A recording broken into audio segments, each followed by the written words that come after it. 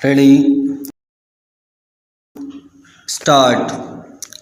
ताज्जुब तो यह है कि अंग्रेजी का विरोध करने वाले इंग्लैंड में डॉक्टर, वकील, बुद्धिजीवी और ऐसे लोग थे जिनका फ्रेंच और लैटिन के साथ एक निहित स्वार्थ जुड़ा हुआ था। उन्होंने अंग्रेजी भाषा को एक बार बैरिक लैंग्वेज कहा था। इंग्लैंड में भी यह तर्क दिया गया था कि अगर डॉक्टरी की पढ़ाई अंग्रेजी में की गई तो मरीज मर जाएंगे। अंग्रेजी इस योग्य नहीं है कि वह कानून की और शिक्षा की माध्यम बन सके, लेकिन इंग्लैंड की जनता ने अंग्रेजी को लाने का स्वाभिमान पूर्ण निर्णय लिया और आज अंग्रेजी को इतना विकसित कर दिया है कि हम उस अंग्रेजी के मोह में पड़ गए हैं। हम उस अंग्रेजी को नहीं छोड़ना चाहते हैं। मेरी मातृभाषा हिंदी है और कभी कभी मुझे लगता है कि यह मेरा दुर्भाग्य है। मेरी मातृभाषा हिंदी होने के कारण यहाँ बैठकर मुझे ऐसी बातें सुननी पड़ती हैं जो मैं और किसी भाषाभाषी को सुनाने की कल्पना भी नहीं कर सकता। हिंदी को केंद्र की राजभाषा बनाने का निर्णय संविधान सभा का है कि हिंदी केंद्र की भाषा बने।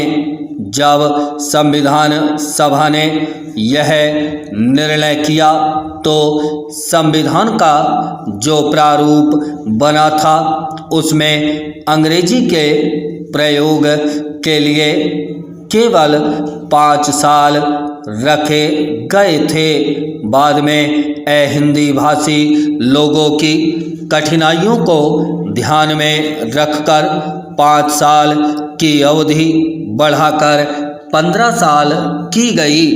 आचार्य जी ठीक कह रहे हैं कि यह गलती की गई।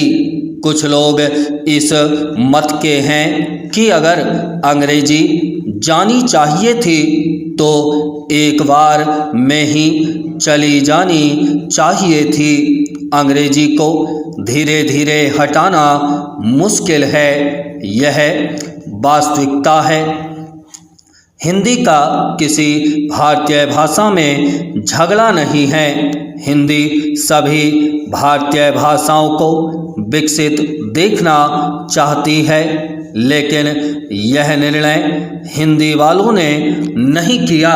संविधान सभा में हम नहीं थे।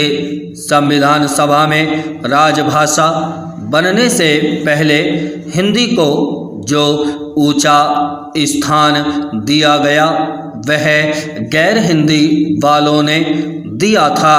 संविधान सभा ने केवल उस पर मुहर लगाई। अगर यह संसद चाहती है तो संविधान को बदल सकती है। अगर संसद चाहती है कि सभी भारतीय भाषाएं केंद्र की भाषाएं बने तो हम उसका विरोध नहीं करेंगे, उल्टे हम उसका स्वागत करेंगे। इस निर्णय से हमारे दक्षिणवासी मित्र असंतुष्ट नहीं थे। श्री अल्लादी कृष्ण स्वामी अय्यर, श्री गोपाल स्वामी अयंगर और श्री कृष्णमाचारी के लिए 15 साल की अवधि संतोषजनक थी। अगर संविधान की व्यवस्था से कोई असंतुष्ट थे तो हिंदी भाषी असंतुष्ट थे।